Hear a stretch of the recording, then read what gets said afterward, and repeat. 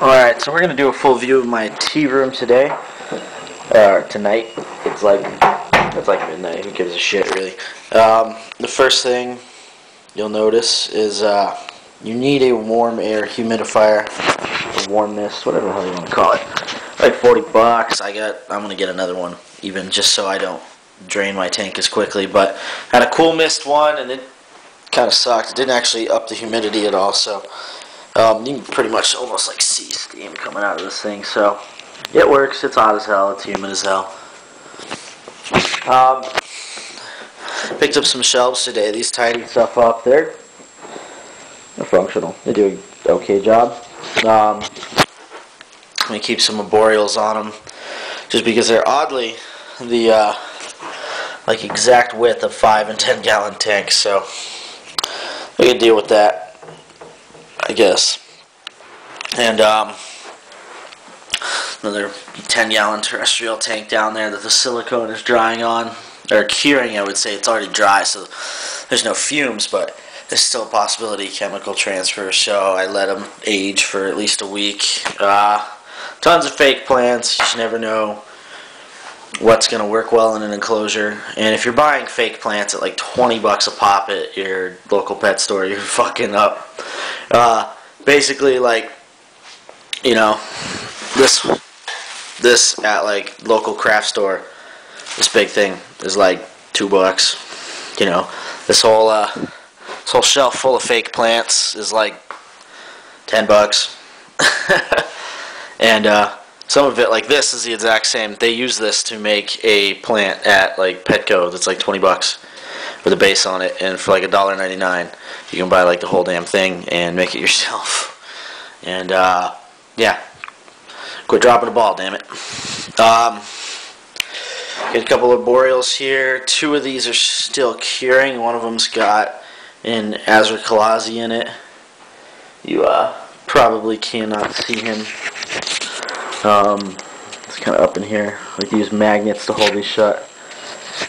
He's just kind of digested some food here. See a little bit. Walking around up in there.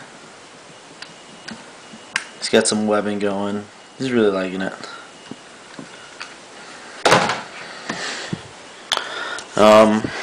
Might be done with his food too, so we'll go ahead and take care of that. He was nice enough to come down here and drop it where I can get it. So he's a good little dude.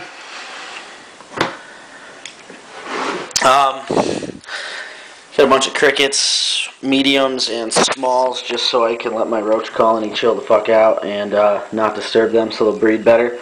Gotta have extra egg crates for the roach colony and crickets. Knives that I have already ruined with tarantula stuff. Might as well just keep using the same ruined knives. Got some bendy straws for those ignorant little bastards. Like my green bottle blue is definitely a bendy straw paintbrush kind of tea. Will bite anything repeatedly. It's kind of a jerk. Foam for making enclosures, extra cork bark, stuff like that. Can't go out in the woods and collect stuff right now because it's winter in Montana. That's all been collected and people are burning it. So, tub of substrate. This thing's really handy.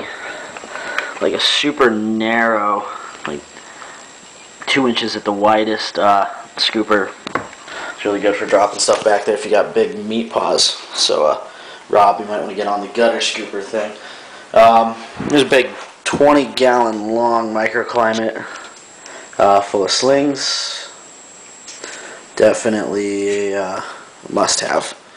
That way, you know, if my humidifier dies, power goes out, whatever, they're in a contained environment because they're more sensitive. The adults would withstand it, but these guys would quickly fade out. You know, a small little critter keeper for dropping feeders into, so that I don't disturb the roach colony too much. Spray bottles. This is actually going to be a really fun green bottle blue enclosure for him to web up. It'll be kind of like, you know, kind of like a horror sci-fi movie. Definitely like super low budget sci-fi movie.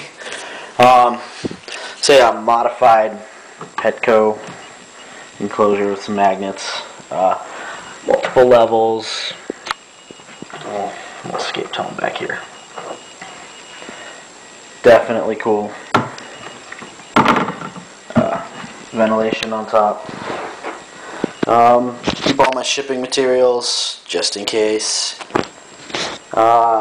Keep molts, just most recent molt, just for record, just in case. Never know. And over here, switch my roach colony to a glass tank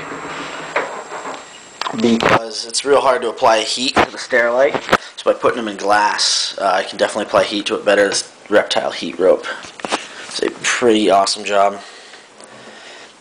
They definitely produce better for me in glass. But as a result, can't keep it in the room where it's too light. Let's keep it in the closet. It's always dark in the closet, right? Ask Tom Cruise, he knows. Get down. Sometimes they cling to that lid. You gotta knock them down. And then I have this kind of, it's all stacked up. Big crates. The ones.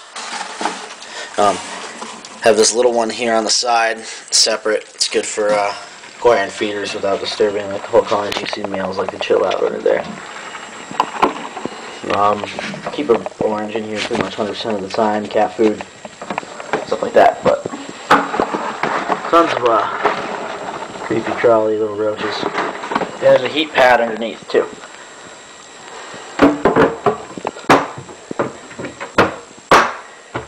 Really tight fitting lids. From there, I mean, that's pretty much it. One other thing you gotta have your hands on if you have multiples of the same species as a labeler, or if you keep AVIX at all, because half the AVIX slings pretty much look identical, so good luck finding out the hell they are. I'm gonna have some rubber gloves too for New World terrestrials, molting mats and such, kind of a pain in the ass with the hairs. None of mine are really hair kickers except for the green bottle blue, who's kind of a bastard, and we don't like him anymore. He's a jerk. So I mean, that's really my tea room. It's pretty simple. I don't really do a lot of work in here, just because, silicone chemicals. Oh, and one other thing, got the EMI supply caulk in bulk. I mean, when you order a dozen of them, I think it's like, it doesn't say on here, it's just a packing list, but I mean, it's like $3.50 a tube for a tube this size. It's food grade, and a tube this size of like GE2 is like $10. So I mean, you might as well just get the good stuff anyway, and not have to wait like a month for it to cure. And yeah, I mean, I do enclosures for all sorts of people. That's why, I mean, like, technically these arboreal ones that aren't inhabited are for sale locally, so I won't ship just because you can make your own cheaper than I would sell them to you for. Just some people are lazy, and if I can make a couple bucks locally, that's cool. So anyway, that's pretty much everything, and hope you enjoyed the video.